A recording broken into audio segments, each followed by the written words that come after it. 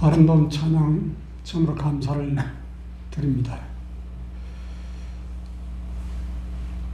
이 말씀 석영에 이 역사의 마지막을 사는 우리들이 이 말씀을 연구하는 일은 참으로 놀라운 축복이 약속되어 있습니다. 선지의 계시 속에 말씀을 연구하는 사람들이 정말 깊이 회개하고 말씀을 붙잡고 성령의 도우심을 간청할 때 늦은빛 성령이 그들에게 내려지겠다고 말씀하셨어요. 이번 사경에 이 귀한 말씀 연구회를 갖도록 인도하신 하나님께 감사를 드립니다. 그리고 동산의 모든 식구들이 이 말씀 안에서 큰 부흥과 개혁이 일어나는 축복을 누리게 되기를 간절히 바랍니다. 잠깐 기도드리겠습니다. 하늘에 계신 아버지, 아버지의 놀라운 사랑을 인해서 감사를 드립니다. 이 시간에 약속하신 성령 하나님, 저희들과 함께 하셔서 우리 안에 새 마음을 창조해 주시고 주님의 놀라운 구속의 계획을 분명히 이해할 수 있도록 축복하여 주시옵소서. 사탄이 이 구속의 경륜을 깨닫지 못하도록 참으로 눈에 불을 켜고 방해한다고 했사오니 주님의 강한 천사가 이곳에 함께 하셔서 방해를 막아주시고 우리의 마음속에 총명한 영을 허락해 주셔서 말씀을 분별하게 도와주시고 주님 안에서 주시고자 하는 구원의 놀라운 축복을 누리는 귀한 시간들 될 수 있도록 인도하여 주시옵소서. 예수님 이름으로 간절히 기도드립니다.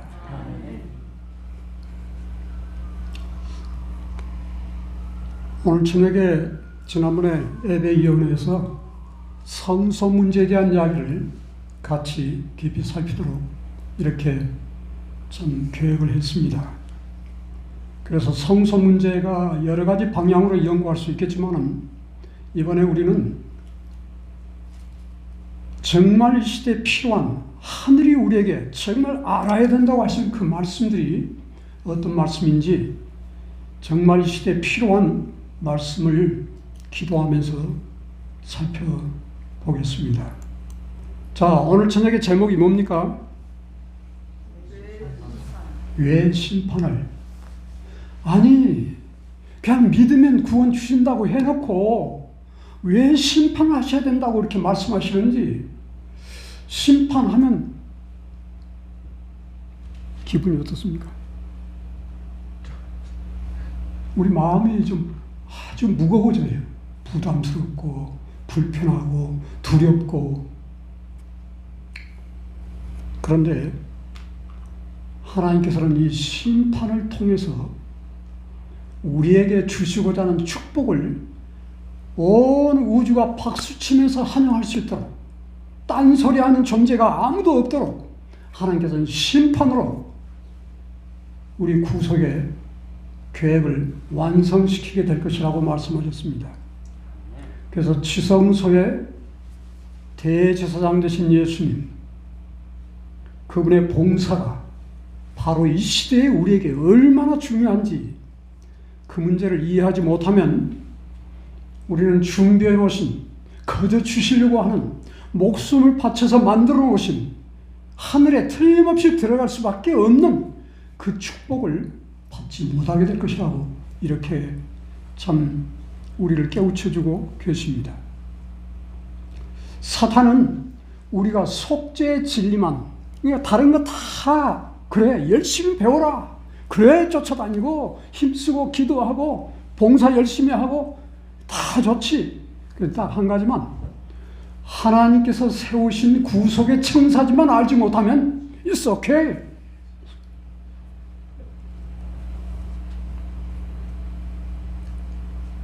그래서 우리가 그 하나님의 간절한 소원을 알지 못하고 아무리 열심을 내도 사탄은 우리 교회 지붕 위에서 낮잠을 자겠다는 이야기를 했어요. 이건 참 두려운 이야기고 쉽게 말하기 힘든 이야기지만 그 말씀이 기록되어 있으니까 말씀 드리는 거예요. 언제 그런 이야기를 하겠습니까? 그렇죠? 그런데 제가 이런 말씀을 드리는 이유는 지금 세상 돌아가는 여러 일들이 어떤 것은 막 일촉즉발 같은 그런 큰 사건들이 터지기 직전이기 때문에 혹시 이 사경회가 마지막 사경회가 될 수도 있습니다. 그래서 기도하는 마음으로 정말 우리 자신을 깊이 살피는 마음으로 다른 웬만한 계획들 취소하시고 이 말씀 연구에 집중할 수 있도록 기도해 주시면 감사하겠습니다.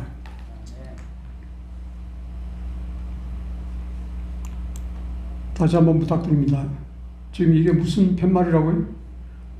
공사중. 통행에 불편을 들어서 대단히 죄송합니다. 여기 줄을 쳐놨어요. Under construction. 제가 잘 아는 분이 있는데 서울에서 지하철 공사장에서 일을 했어요. 한참 일을 하다가 저 줄이 쳐 있는데도 불구하고 저기만 건너가면 금방 일을 보고 다시 돌아올 수 있는 그 쇼컷이에요. 지름길이에요. 그래서 좌우 둘러보다가 거기를 빨리 건너가려고 줄 쳐놓은 데를 건너갔어요. 건너가다가 중간쯤 가다가 금방 추락을 했습니다. 추락을 했는데 다시 돌아올 수 없는 사람이 되어버리고 말았어요. 그 젊은 사람이 참 외모도 잘났고 건강하고 열심히 일하던 사람인데, 그래서 컨스트럭션 공사, 이 공사 중인 그 속에 들어가면 안 됩니다. 하나님께서 여러분들 가슴에다 뭘 달아놨다고요? 공사 중이라는 팻말을 달아놓으셨다고 했죠. 그래서 지금 하나님께서 우리 영혼을 어떻게 해서든지 확실하게 구원을 주시려고 지금 공사 중인데, 우리는 그 공사 중 팻말에 자꾸 미련을 가지면 안 되고 오직 예수님만 바라보고 그분만 따르시기를 간절히 바랍니다. 자, 여기 말씀을 같이 읽어보겠습니다. 시작. 경계하는 자가 법대로 경계하지 아니하면 멸관을 얻지 못할 것이며. 그 뒤에 시조에 있는 말씀입니다. 692페이지 한번 같이 읽어봅니다. 시작. 하나님의 말씀이 우리의 구원의 조건을 알려준다. 그러므로 구원은 우리가 그 조건에 일치하느냐 않느냐에 달려있다. 참 요즘 전 세계적으로 깨어있는 소수의 사람들이 생명의 기대를 열심히 증거하고 있다는 소식을 듣고 있습니다.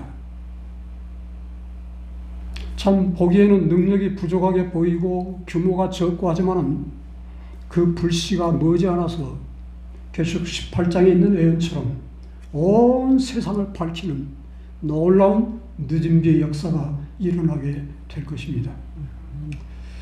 이 구원은 내 생각, 내 상식, 내가 배운 학식, 어떤 교수님이 이렇게 해석했는데 하는 그것에 달려있지 않다고 말씀하고 있습니다. 이분의 가르침은 참 좋게 들리네. 꼭 뷔페 식당에 가서 음식 골라 먹을 때 어떤 것은 막 끌리는 게 있어요. 어떤 학자들의 가르침은 참 귀에 듣기 좋습니다. 그런데 구원을 이루게 하는 것은 하나님이 정하신 방법을 통해서만 이루어진다고 말씀하고 있습니다. 이 마지막 세대에 우리에게 구원을 위한 하나님의 뜻이 무엇인지 그걸 우리는 확실하게 머리에 샛별이 떠오르도록 분명하게 알아야 된다고 말씀하고 계십니다. 구속사업은 반드시 이것이 있어야만이 결말이 나는데 그게 뭐라고요? 그게 심판이다. 이것이 바로 하나님이 정하신 방법이라고 이렇게 말씀을 하고 계십니다. 자, 여기 재판관이 두들기는 망치가 보입니다. 모든 세상 사건이나 우주의 사건이 반드시 판사의 망치 소리와 함께 끝나게 돼 있어요. 완성되게 돼 있어요. 죄를 끝내시겠다고 하나님이 정해 놓으신 기별을 어떤 사람들은 그거 알면 상식적으로 도움이 되고 좋지. 몰라도 좋고 우리는 구원에 별 지장이 없다라고 생각하는 분들이 있습니다. 왜 그러겠어요? 요한복음 3장 16절에 거기 심판에 대한 이야기가 나옵니까? 깊이 보면 나오지만은 그냥 읽어보면 어떻습니까? 하나님이 세상을 이처럼 사랑하사 독생자를 주셨으니 이는 저를 믿는 자마다 멸망치 않고 영생을 얻게 하려 하십니다. 그냥 믿으면 되는 거예요. 그렇죠? 믿으면 영생 얻는 거예요. 그래서 요즘 많은 사람들이 심판에 대한 이야기를 강조하지 않습니다. 요즘 현대 기별을 전한다고 하는 분들, 그분들의 입술에서 왜 심판이 안 나오는지 모르겠어요. 정말 궁금한 생각이에요. 왜 심판을 말씀하지 않는가? 그래서 요즘 가만히 그분들의 이야기를 들으면 평안하다, 안전하다는 기별이에요. 그런데 선지자의 말씀은 우리에게 뭐라고 말씀하냐면 그냥 두려워 떨 수밖에 없는 그런 기별을 증거해야 된다. 왜? 지금 우리는 너무 깊은 잠에 빠져있기 때문에 잠을 깨우려면 그런 기별, 확실한 기별, 뒤흔드는 기별, 그런 기별을 지어내야 된다고 분명히 말씀하고 있습니다. 하나님은 심판을 말씀할 수 있는데 많은 사람들이 심판이 없는 믿음을 강조하고 있어요. 요즘 우리 교회 역사를, 짧은 역사지만 그 역사를 쭉 보면 상당히 훌륭했던 분들이 이 심판이 싫고 심판이 마음에 부담이 된다고 그래서 그걸 놓고 반론을 피우다가 이 교회를 떠나버린 분들이 많이 있어요. 그 중에는 합회장도 있고 어떤 훌륭한 목사님도 있고 어떤 박사님도 계시고 많은 분들이 있어요. 그래서 이분들이 제일 많이 사용하는 성경 구절이 있는데 그게 뭔지 아세요? 요한복음 5장 24절의 말씀입니다. 한번 같이 읽어봅시다. 시작. 내가 진실로 진실로 너희에게 이르노니 내 말을 듣고 또 나 보내신 이를 믿는 자는 영생을 얻었고 심판에 이르지 아니하나니 사망에서 생명으로 옮겼느니라. 이거 누가 하신 말씀이에요? 예수님께서 직접 하신 말씀이에요. 이 말씀이 확실히 맞습니까? 이 말씀은 확실히 맞는 말씀이에요. 지금 그래서 얼마 전에도 어떤 분하고 이야기를 했더니 예수 믿는 사람은 심판에 이르지 않는다고. 심판이 없다고. 걱정할 필요 없다고. 이 말씀 자세히 보면은 그렇게 마음에 부담이 되고 두렵다는 심판이 심판이 없네. 심판에 이르지 않겠다고 하셨네. 이야, 이제야 속 시원하네. 그 조사, 심판 늘 마음에 부담이 되는데 이 말씀 한 구절로 그냥 싹 다 해결돼 버렸네 하면서 좋아하시는 분들이 많아졌어요. 혹시 이 말에 동의하십니까? 동의하십니까?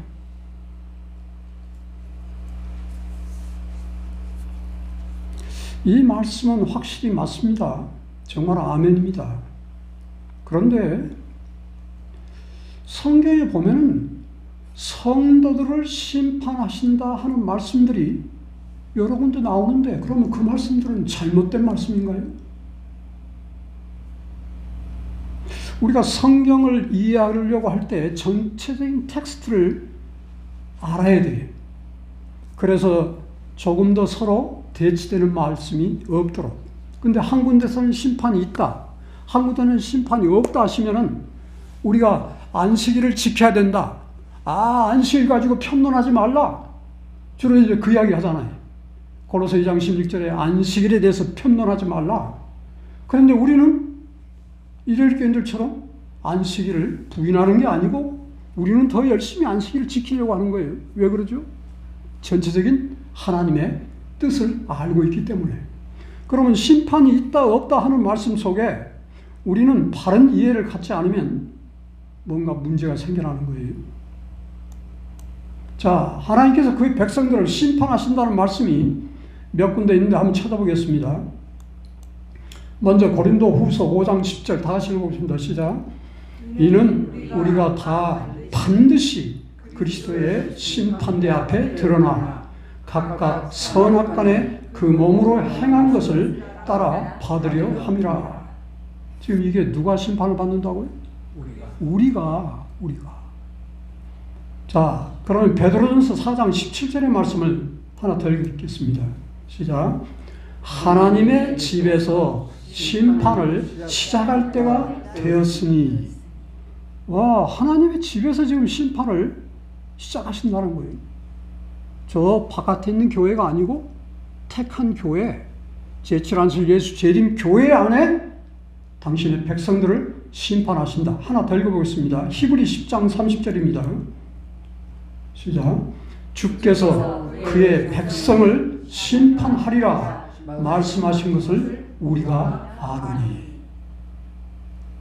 확실합니까? 확실합니다. 에스겔 9장 6절에 보면 하늘 성소로부터 하나님의 특별한 명령이 내립니다. 인치는 천사에 대한 이야기가 나옵니다. 그 천사의 뒤를 따라 누가? 살려고 하는 천사가 따르게 되는 모습이 나옵니다. 그런데 그 일이 어디서 시작하는가? 에스겔 9장 6절입니다. 시작. 내 성소에서 시작할지니라. 너무 분명한 말씀이죠. 하나님께서 당신의 백성들을 심판하신다. 그럼 심판이 없다는 말은 무슨 말이고 심판이 꼭 있어야 된다는 말은 무슨 말인가? 이게 복음입니다. 이게 복음이에요. 그게 두렵고 떨리는 이야기가 아니고 뭐라고요? 복음. 굿뉴스예요. 자, 내가 진실로 너에게 이르노니 내 말을 듣고 또 나 보내신 이를 믿는 자는 영생을 얻었고 심판에 이르지 아니하나니 사망에서 생명으로 옮겼느니라. 이 말에 여기 나오는 심판이란 말에 대한 이해를 해야 합니다. 헬라어로 크리시스라고 이렇게 이야기합니다. 크리시스. 다른 번역에서는 condemnation, 무슨 말이죠? 정죄한다. 정죄를 받지 않는다. 그래서 이 말은 요한복음 5장 25절의 말씀은 심판이 없다는 말씀이 아니고 정죄에 이르는 심판이 한 가지만 있는 게 아니잖아요. 조사 심판도 있고 언도 심판도 있고 집행 심판도 있고 한데 정죄에 이르는 심판, 사망에 이르는 심판이 없다. 맞습니까? 그러면 앞뒤로 이야기를 맞춰보면 확실하죠? 예수 믿는 사람들은 정죄에 이르는 사망의 심판을 받지 않게 될 것이다. 아멘. 그렇죠. 아멘이죠. 그 킹 흥정역 성경에도 예. 그렇게 번역되어 있습니다. 예. 지금 여기 놀라운 복음을 말씀하고 있습니다. 오장님 반갑습니다. 그래서 로마서 8장 1절에는 뭐라고 말씀하십니까? 로마서 8장 1절. 따라서 합시다. 그러므로 이제 그리스도 예수 안에 있는 자에게는 결코 뭐하니? 정죄함이 없다니. 이게 확실하게 좀 말씀하고 있죠? 그리스도 안에 있는 사람들은 심판을 받지 않는 게 아니라 심판을 받는데 무슨 심판을 받지 않는다? 정죄에 이르는 사망의 심판을 받지 않는다. 이게 확실한 말씀이에요. 그래서 생명적인 심판, 구원받을 수 없는 사람을 구원받을 수밖에 없도록 편을 들어서 심판해 주시는 그 심판이 바로 무슨 심판이다? 이 마지막 하늘 지성소에서 지금 중보하시면서 하고 계시는 조사 심판이다 하는 사실을 말씀해 주고 있습니다. 한 2주 전에 우리가 그 말씀에 대해서 설교 말씀을 들었는데 이 설교 시간이 정말 부담스러워. 왜? 너무 짧고 그것도 또 통역을 해야 되고 그러다 보니까 제대로 전달을 못했는데 이번 주에 좀 더 확실하게 말씀을 드리도록 하겠습니다. 자, 죄에 대한 정의가 무엇인지 기억나십니까? 요한일서 3장 4절에 뭐라고 했습니까? 죄를 짓는 자마다 불법을 행하나니 죄는 뭐다? 불법이라. 불법이라. 자, 이건 선자가 또 아주 토를 달아서 분명하게 이야기했습니다. 한번 같이 읽어요. 시작. 죄는 불법이다. 이것이 죄에 대한 유일한 정의다. 한마디로 말하면 하나님의 사랑의 원칙인 계명을 범하는 것이 뭐다? 죄다. 죄다. 그런데 여기서 우리가 좀 더 우리 자신을 좀 살펴봐야 될 것 같아요. 저부터 시작해서 그동안에 어떤 삶을 살았는가? 어떻게 된 게 아침에 기도하면서 하나님 오늘은 주님 뜻대로 죄 짓지 않고 주님 안에서 승리하는 하루를 살게 해주십시오 하면 그게 어떻게 잘 되던가요? 저녁에 기도드릴 때쯤이면 어떻습니까? 하루를 반성해 보면 아유 여기서도 무릎이 깨지고 저기서도 넘어지고 뭐 이렇게 저렇게 막 우리가 넘어질 때가 참 많아요. 그런데 그동안 우리가 배웠던 것은 또 그런 약속의 말씀도 있어요. 우리가 하루에 죄를 7번씩 70번씩이라도 죄를 짓는다 할지라도 주님께 나가면 어떻게 해주시겠다? 처음 찾아와서 죄를 용서해 달라고 하는 것처럼 용서해 주시겠다. 아멘입니까? 이게 은혜의 시간 동안에 우리에게 베풀어 주시는 참 하나님의 목숨을 내놓으시면서 하시는 참 사랑의 허락이세요. 그런데 만약에 어느 날 용서받아야 될 죄를 가지고 주님께 갔는데 죄를 세탁하는 세탁소의 문이 딱 닫혀버렸으면 어떻게 될까요? 더 이상 죄를 용서받을 수 있는 길이 없어져 버린 거예요. 그러니까 지금 우리가 살고 있는 세상은 언제 그 문이 닫힐지 모르는 그런 세상에 우리가 지금 살고 있다는 것을 분명히 기억하면서 그래서 더 열심히 기도하라, 쉬지 말고 기도하라는 말씀이 거기서 나오는 것 같아요. 그런데 한국에 가면은 불법 무기 자진 신고의 그 기간이 있어요. 매년마다 봄철에 옛날에 우리가 살 때 그랬거든요. 그 말이 무슨 말이에요? 어디서 어떤 방법으로 획득했든지 그게 권총이든지 수류탄이든지 뭐든지 무조건 갖고 와가지고 여기 이거 하면서 갖다 줘버리면 우리의 이름도 묻지 않고 이거 어디서 획득했냐고 출처도 묻지 않고 그냥 그대로 용서를 해주는 거예요. 지금 하늘 지성소에서 하시는 주님의 일이 뭐다? 바로 그 일을 하고 있다는 거예요. 우리가 아무리 사악한 죄를 지었다 할지라도 주님께 나가면 주께서는 어서 오라고, 살았다고, 죄를 여기 놓고 가라고, 내게 다 주고 가라고. 감사합니까? 참 이게 은혜의 시간이라는 아주 특별한 시간이에요. 그런데 이 죄에 대해서 우리가 분명히 기억해야 될 게 있어요. 자, 우리 한번 같이 읽어봅시다. 시작. 하나님께서는 죄는 우주의 파멸을 일으키는 화근이 되므로 반드시 멸망당할 것이라고 선언하셨다. 그러므로 죄를 버리지 않는 자들은 결국 그 죄가 멸절될 때에 함께 멸망하게 될 것이다. 우리가 어떤 죄를 가지고 있든지 참 이 죄가 이렇게 아주 두려운 결과를 낳는다고 말씀을 하고 계십니다. 도대체 우리를 자꾸 죄에 넘어지게 만드는 이 파워가 도대체 어디서 오는가? 어떤 분이 저한테 이런 이야기를 했어요.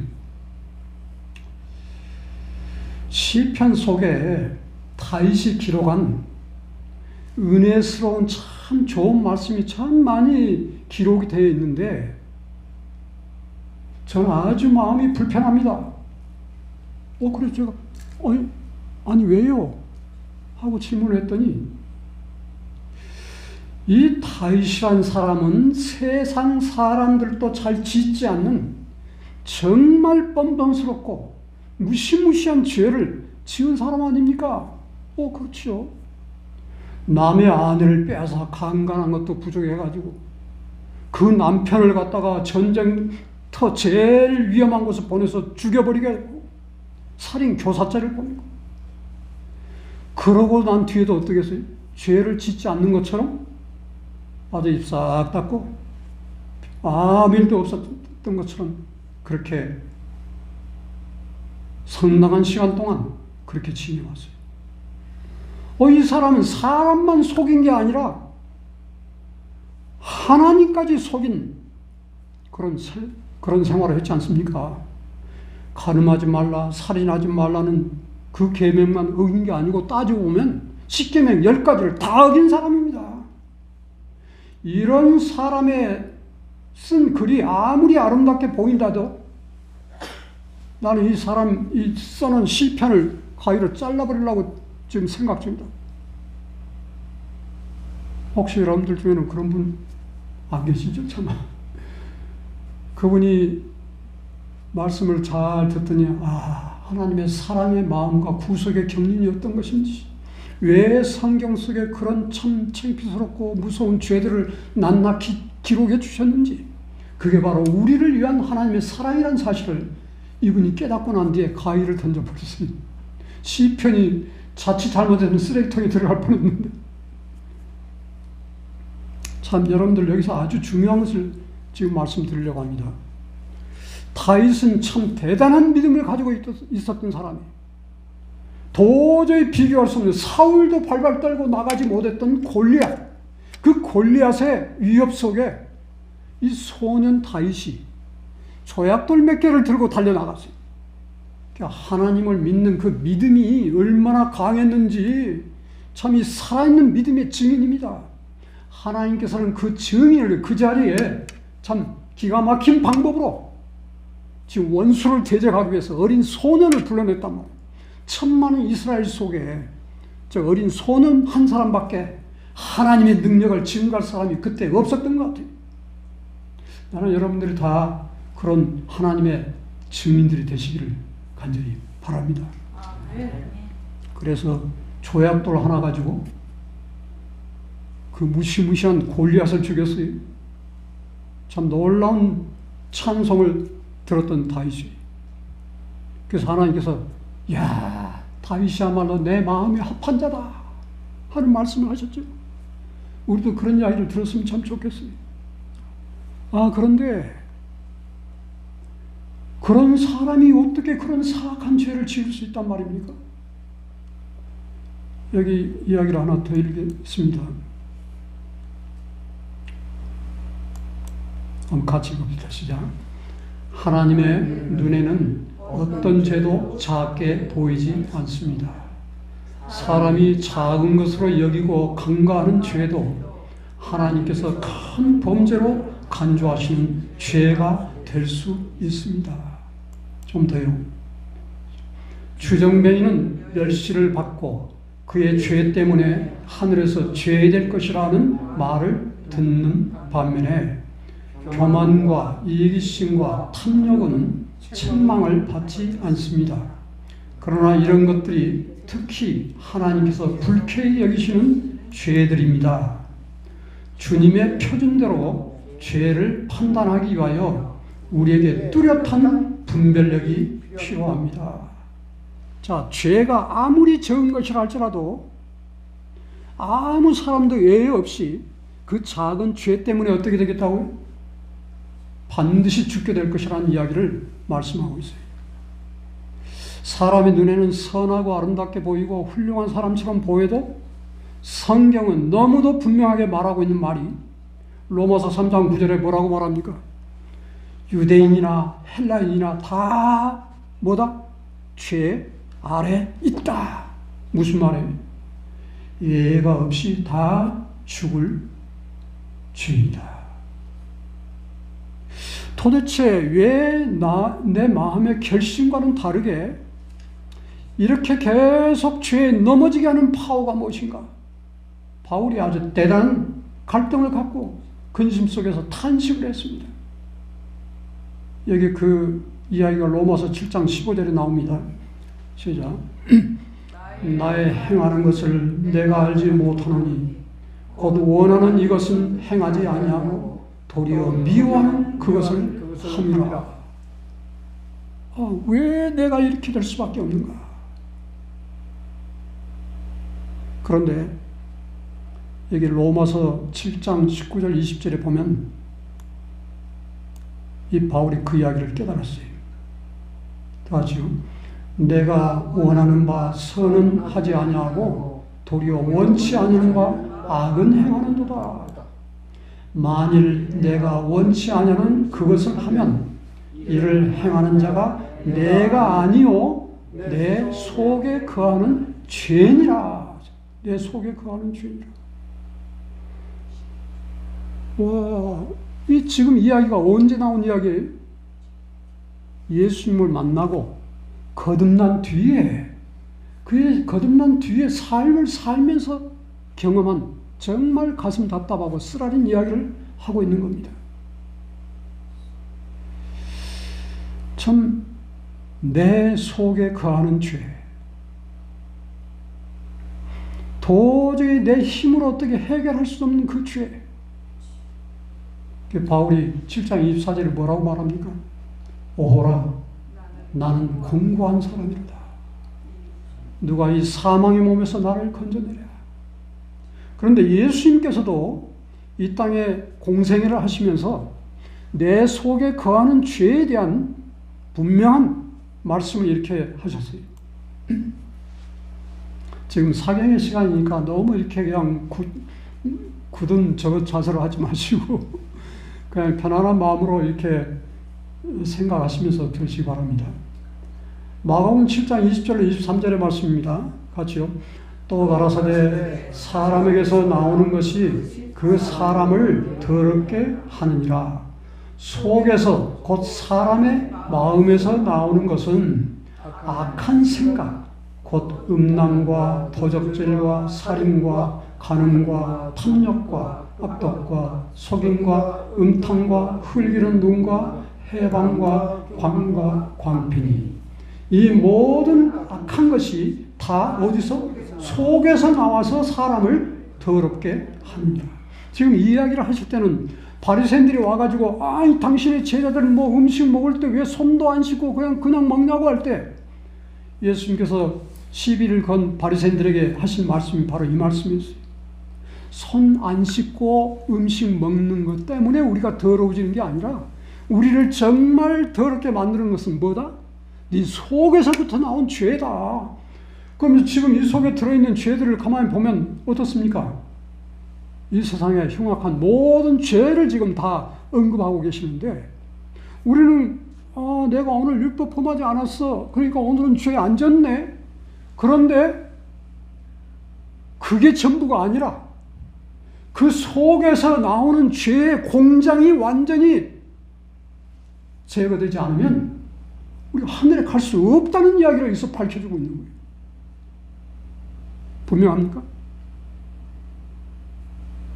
이 루스벨이 죄를 지을 때요, 어쩔 때는 함께 하나님을 찬양하는 그 속에서 엎드려 경배하면서 찬양을 하면서 할 때는요, 자기가 하나님에 대한 모든 반감을 싹 다 잊어버리고 그 영광 속에서 기뻐하면서 진실한 마음으로 찬양을 돌렸다고 그랬어요.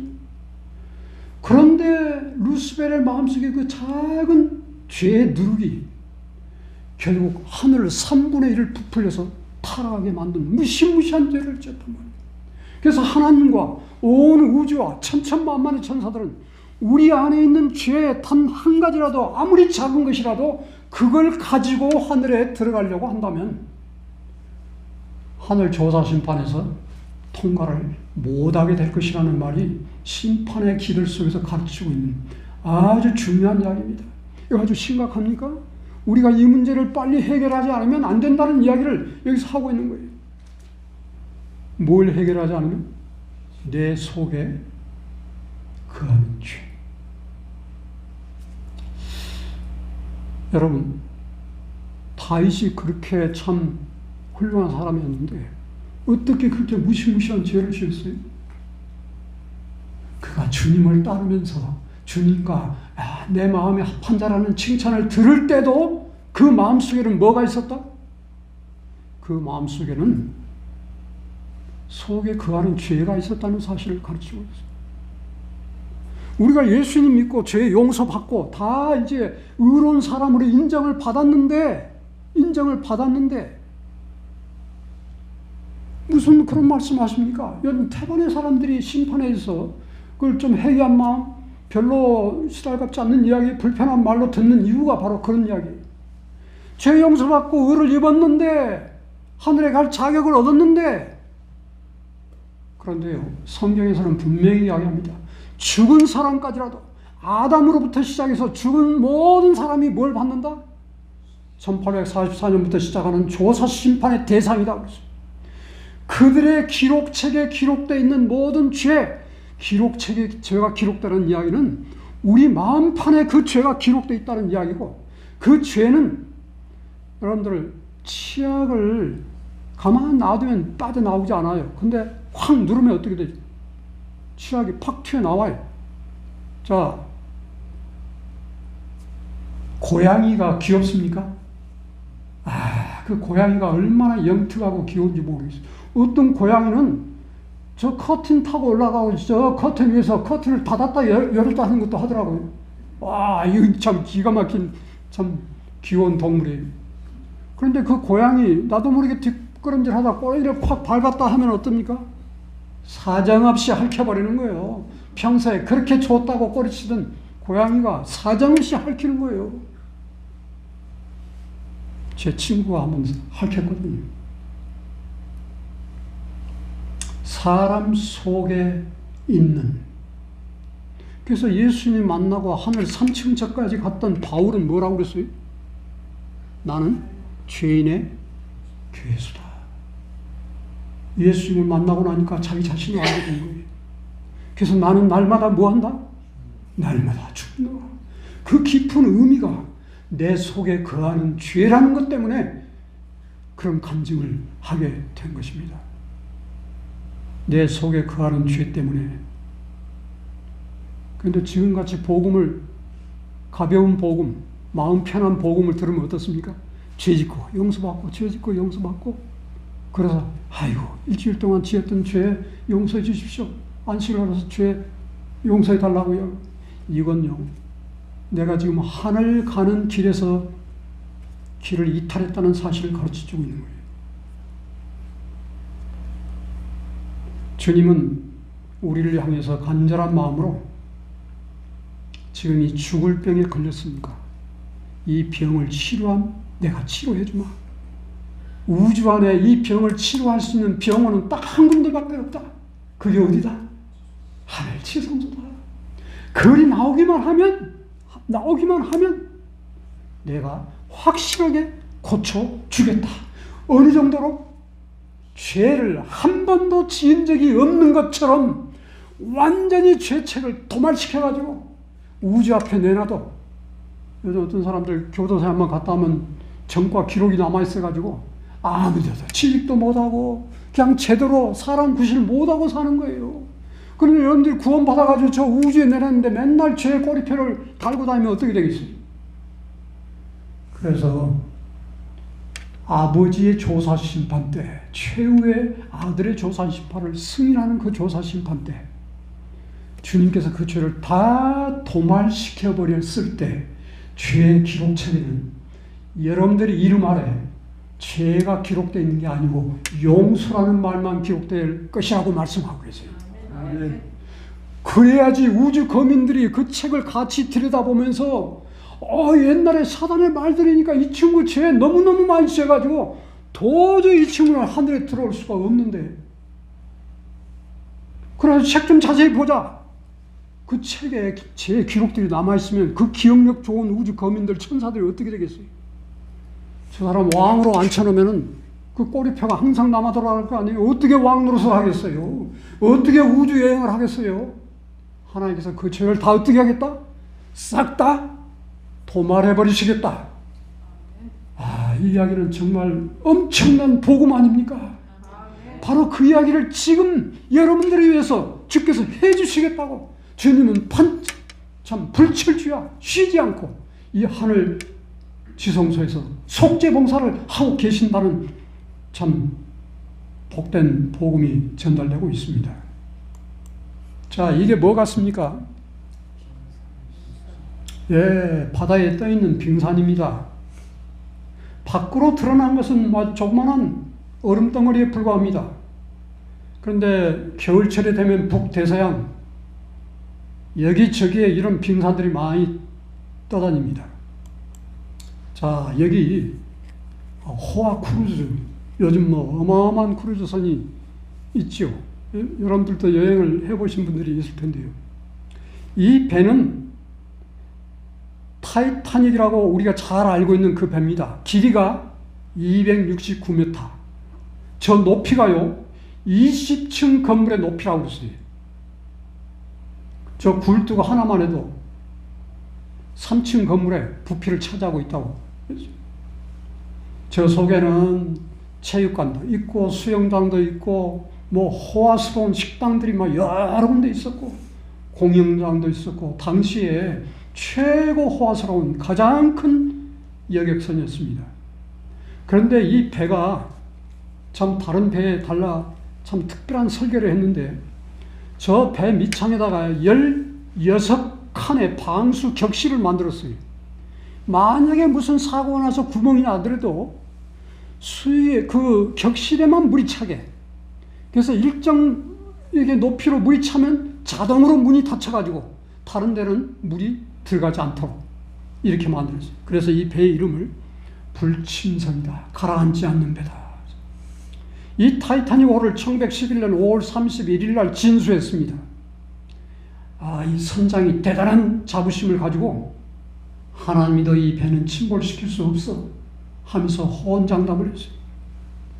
1912년 4월 10일 날 영국의 사우스 샘프턴에서 뉴욕을 가도록 예정이 돼서 사람들을 탔는데 몇 명이나 탄 줄 아세요? 거기에 2,223명이 탔습니다. 출항 후 3일 후, 그러니까 12년 4월 14일입니다. 밤 11시 30분 그 배 앞에 빙산이 보인다고 조타실에서 선장실에 보고가 들어왔어요. 그 보고를 받은 선장이 뭐라고 했냐면, 이 배는 말이야 특수한 강철로 만든 배이기 때문에 그까짓 얼음 조각 그거 겁낼 거 하나도 없다. 그냥 통과 명령을 내렸어요. 그런데 이 빙산이란 게요, 위에는 조금 나와 있지만 밑에는 커다란 산이에요, 산.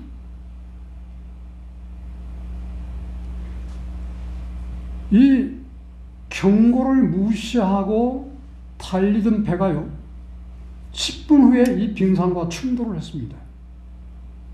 부딪히면 얼음 조각이 박살나버릴 거라고 생각을 했는데, 얼음이 박살난 게 아니라 이 강철배의 주 갑판이 박살이 났어요. 구멍이 났어요. 그 구멍으로 물이 들어오기 시작했습니다. 자, 이 참 엄청난 배가 침수하고 있는 장면입니다. 충돌한 지 2시간 40분 만에 완전히 침수되어 가라앉게 됐어요. 구명장에 타지 못한 채 바다로 뛰어든 사람은 수분 내에 저체온증 때문에 사망을 했다고 그러죠. 침몰 당시에도 배 안에 1000여 명이 남아있었다고 그랬습니다. 왜? 구명장을 제대로 갖추지 않아가지고. 그래서 구명장에 탄 사람들이 706명이었는데 살아남은 사람이 706명이고 토탈 죽은 사람이 1514명이 사망을 했어요. 야, 참 이 항해 역사에 참 정말 슬픈 역사입니다. 그런데 나중에 자세히 보니까 참 가슴 아픈 이야기가 있었어요. 저 뒤에 큰 배가 하나 보입니까? 배가 보이죠? 저게 캘리포니아호라는 큰 배였는데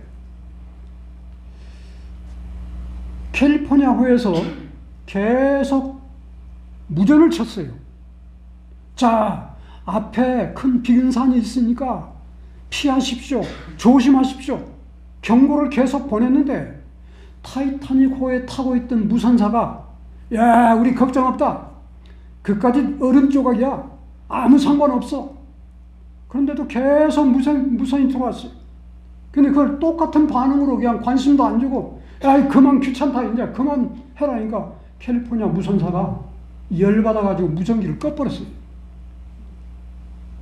근데 막상 사고가 난 뒤에 계속 SOS 나 좀 살려달라고 나 좀 살려달라고 전화를 이 참 무선을 보냈는데 바로 얼마 떨어지지 않는 몇 마일 떨어지지 않는 곳에 있던 캘리포니아호가 그걸 못 알아먹은 거예요. 왜? 무선기를 꺼버렸으니까. 만약에 그러냐고 고맙단 말 한마디만 했어도 무선사가 그걸 끄지 않았을 거라고 했어요. 그런데 자기는 정성을 다해서 사고를 피하라고 계속 무선을 보냈는데 열받게 하니까 그냥 열받아서 다 꺼버렸단 말이에요.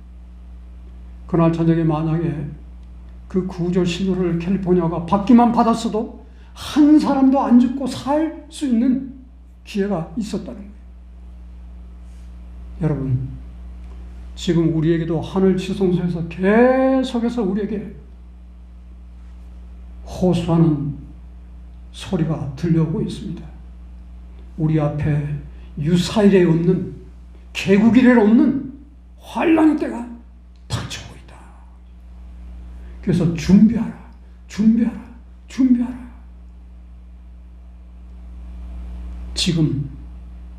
지금 준비하는 사람은 하나님께서 또 다른 길을 열어주시겠지만 어떤 사람은 이 말을 귀담아 듣지 않고 예언이 다 이루어질 때까지 그걸 지켜보는 사람들이 있겠다고 그랬어요.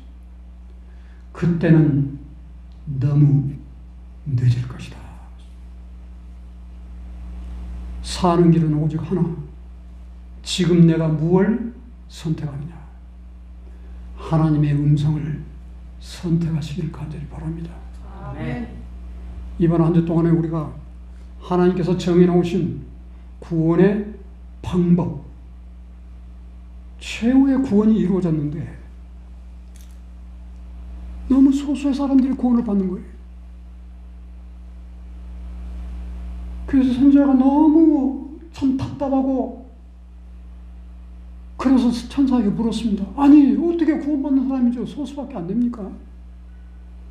그랬더니 천사가 하는 말이 하나님께서는 모든 사람이 구원을 받을 수밖에 없도록 다 이렇게 방법을 만들어 놓으시고 초청을 했는데 하나님의 음성을 듣지 않았기 때문에 하나님의 방법대로 구원을 받고자 하지 않았기 때문에 그들은 구원을 잃어버렸다고 이렇게 말씀했어요.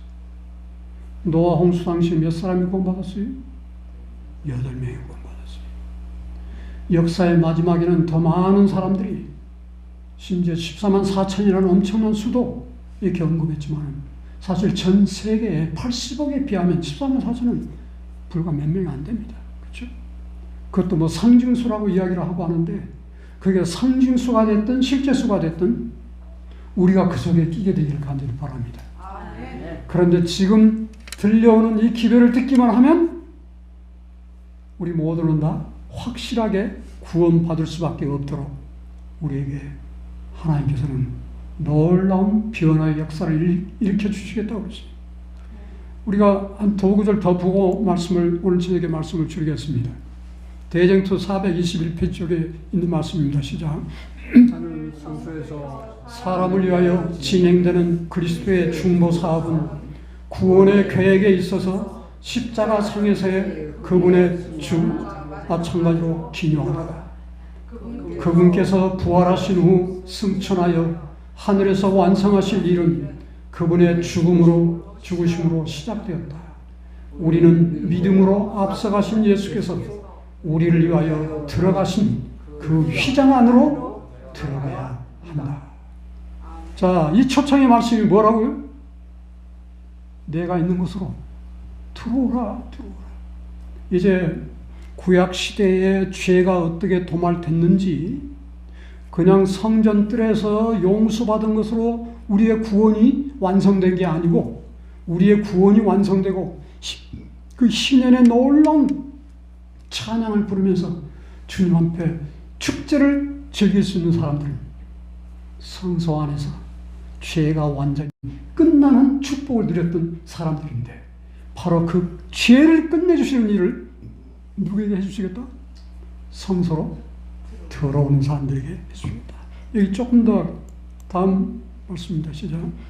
그리스도의 하늘 성소 봉사는 구속 사업의 계획과 교섭과 완성을 의미하는 한편 신자들이 구원에 대한 확신과 더불어 그들이 갖고 있는 죄와 죄책감으로부터 해방된다는 확신을 갖게 한다.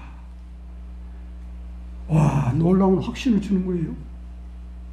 저는 전에 늘 그런 숙제를 가지고 있었어요. 야, 내가 어쩔 때는 틀림없이 구원을 받을 것 같기도 하고 또 어쩔 때는 구원이 저만치 가버리는 것 같기도 하고 늘 구원이 들락날락하고 확신이 없었어요. 그런데 이 성소 진리에 대한 확신을 갖고 나니까 이야, 나 같은 죄인이 확실히 구원받는 방법이 딱 이거구나. 그 말씀을 믿고 따르다 보니까요, 마음속에 그 불안이 싹 다 사라졌어요. 이야, 하나님의 구원의 그 궤도 속에 딱 들어가니까 우리는 근심하고 걱정하고 슬퍼하고 두려워할 필요가 하나도 없게 됐다는 거예요. 그래서 이 성소 제도가 죄와 죄책감으로부터 완전한 해방을 주신다는 이야기는, 그 이야기는 뭐예요? 우리가 평소에 깨닫지도 못하고 느끼지도 못했는데 일정한 압력만 주면은 금방 성화된 것 같던 사람이 금방 빠르락 화를 내고, 집에서 부부가 가만히 밥을 먹다가도 잘못 자존심을 건드려 놓으면 어떻게 돼요? 속상해요? 기뻐요? 아이, 마음이 불편해진단 말이에요. 속상해요. 그래서 뭐 말이 안 좋은 말이 튀어나가기도 하고. 그런데 도대체 이 일을 언제까지 반복할 수 있을 거예요? 우리는 지금 여기 와서 서로 쳐다보고 싱글벙글 웃고 이렇게 하지만은 우리 속에 뭐가 있어가지고, 내 속에 거하는 죄가 있어가지고 자꾸 우리는 기회만 되면, 우리가 지금까지요 기회가 되지 않아서 이렇게 점잖은 것 같고 착한 것 같고 하늘 갈 것처럼 보이지만은 기회만 됐다 하면 우리는 못할 일이 없는 사람들이 되는 거예요. 그 이스라엘 백성들, 하나님 사랑하고 하나님께 충성을 다하고 찬양하고 했던 그 백성들이 로마 군인들에게 포위당했을 때, 그들이 속에서 먹을 것이 다 떨어지고 없었을 때 그들이 무슨 일까지 했어요? 자기의 사랑하는 자식을, 오늘은 내 자식, 내일은 네 자식 쏟다가 삶아 먹었단 말이에요. 이게 우리 인생의, 참 이 죄된 인생의 본성이고, 내 속에 거하는 죄가 없어지지 않으면 우리는 그 상태로 하늘에 갖다 놓으면 하늘은 또 다른 더 무서운 죄의 세상이 되어버리고 말 것이다. 이런 사람들을 놓고 우리는 때로는 그런 생각을 가졌어요. 저도 한참 그런 이야기를 가르쳤어요. 항상 기뻐합시다. 항상 감사합시다. 범사에 감사합시다. 제가 그 이야기를 열심히 했어요. 그런데 도대체 얼마만큼 기뻐하고 얼마만큼 감사해야 구원의 확신이 들어지고, 때로는 구원의 확신 가질 수 있어요. 그런데 죄의 문제가 확실히 처리될 수 있는 주님 품에 우리 자신을 완전히 맡겼을 때 그때 참된 하늘의 평안과 구원의 기쁨이 주어진다는 사실을 기억하시기 바랍니다.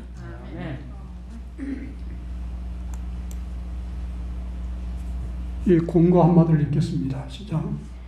하늘에 있는 성소는 사람을 위하여 행하시는 그리스도의 사업의 바로 중심이 된다. 그것은 세상에 사는 모든 영혼들과 관계가 있다. 그것은 구속의 계획을 밝히 보여주고 시대의 제일 마지막까지 우리를 데리고 가서 의와 죄의 사이에 투쟁해서 최후의 승리를 나타내 보여준다. 모든 사람이 이 문제를 충분히 연구하여 그들 속에 있는 소망의 이유를 묻는 자에게 능히 대답을 할 수 있도록 하는 것이 무엇이다? 가장 중요한 일이다. 주님의 참 놀라운 구속의 계획이 이제 완성될 날이 우리 눈앞에 다가왔습니다.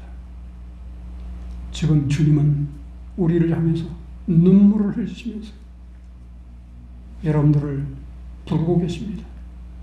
아버지, 아버지, 내가 이 사랑하는 딸의 이름을, 아들의 이름을 내 손바닥에 새겼습니다. 내가 이 아들을 위해서, 딸을 위해서 모든 죄값을 내 목숨으로 갚았습니다. 조금만 더 참아주십시오. 주님의 간청하시는 음성이 여러분들의 마음 깊숙이까지 울렸으면 참 좋겠습니다. 우리가 지금 정말 기도하면서 애를 써야 되는 것은 대속죄일날 이스라엘 백성들이 성전을 중심으로 모여서 무슨 일을 했어요? 자기 마음을 깊이 살피고 괴롭게 하는 일을 했다는 것이죠. 이 문제는 이제 며칠 후에 더 자상하게 말씀을 나누도록 하겠습니다. 그래서 지금 내 자신을 주님 계시는 지성소로 찾아가게 되고 그분을 붙잡고 내 죄를 회개하고 부지런히 버리는 일, 그 일을 위해서 성령께서 강력히 역사하시고 우리 안에 숨어있는 그 내 죄가 뭔지를 자꾸 들춰내 주실 때 그 죄를 우리는 부지런히 회개하는 것이 지금 우리가 해야 될 일들이에요. 그래서 사단은 그러지 못하게 하려고 우리 마음을 만 가지 방법으로 뺏어간다고 그랬어요. 사단에게 마음을 뺏기지 않도록 기도하시기 바랍니다. 주님께 나가기만 하면 100% 죄인을 하늘에 어디다 내놔도 부끄러움이 없는 100% 의인으로 만들어 주시겠다는 게 지성소 속죄 사업의 약속입니다. 어느 정도로? 100%. 그 말을 죄를 한 번도 지은 적이 없는 것처럼 만들어 주신다는 우리를 위해 목숨을 내주신 사랑하는 주님의 약속입니다. 그 약속을 확실히 믿으시게 되기를 바랍니다. 그래서 이번 사경회 동안에 여러분들이 예전에 느끼지 못했던 정말 주님과의 뜨거운 사랑의 관계, 하나 되는 귀한 관계, 그래서 여러분들이 죄의 도마를 받고 하늘아버지의 그 영광스러운 얼굴을 뵙는 분들 되시기를 간절히 바랍니다. 하늘 계신 사랑의 아버지, 우리 마음의 눈이 열리고 성령의 음성을 듣는 길을 허락해 주셔서 주께서 우리를 향해 간청하시는 소리를 들을 수 있도록 도와주시고 우리 인생의 이 지구에 해가 석양에 걸려 이제 어둠이 찾아들려고 하는 이 막바지에 주님, 우리가 눈을 들어 주님을 바라보게 도와주시고 우리의 죄, 내 속에 거하는 참으로 우리가 그 수없이 실패하고 눈물을 흘리고 그러나 또 실패했던 내 속에 거하는 죄, 그 죄까지 완전히 없애 주시겠다고 우리를 하늘 지성소로 초청하시는 그 음성에 인해서 참으로 감사합니다. 너희가 때를 따라 돕는 은혜를 얻기 위하여 은혜의 보좌 앞에 담대히 나오라고 말씀하시는 주님의 음성을 기쁜 마음으로 들을 수 있도록 순종할 수 있도록 도와주셔서 이 동산의 모든 식구들 모두가 다 죄의 속잠을 입고 늦은 빛 성령의 충만함을 입고 어두운 세상을 밝히는 당신의 귀한 종들이 될 수 있도록 축복하여 주시옵소서. 이 기회 동안에 사단이 일절 틈타지 않도록 도와주시고 주님의 성령이 우리를 완전히 사로잡으셔서 말씀을 보다 깊이 이해할 수 있도록 도와주시고 우리 마음속에 하늘에 입혀주시려고 하는 그 의의 옷이 입혀질 수 있는 온전한 준비가 되는 귀한 일주일의 시간이 될 수 있도록 축복하여 주시옵소서. 귀하신 예수님 성으로 간절히 기도드립니다.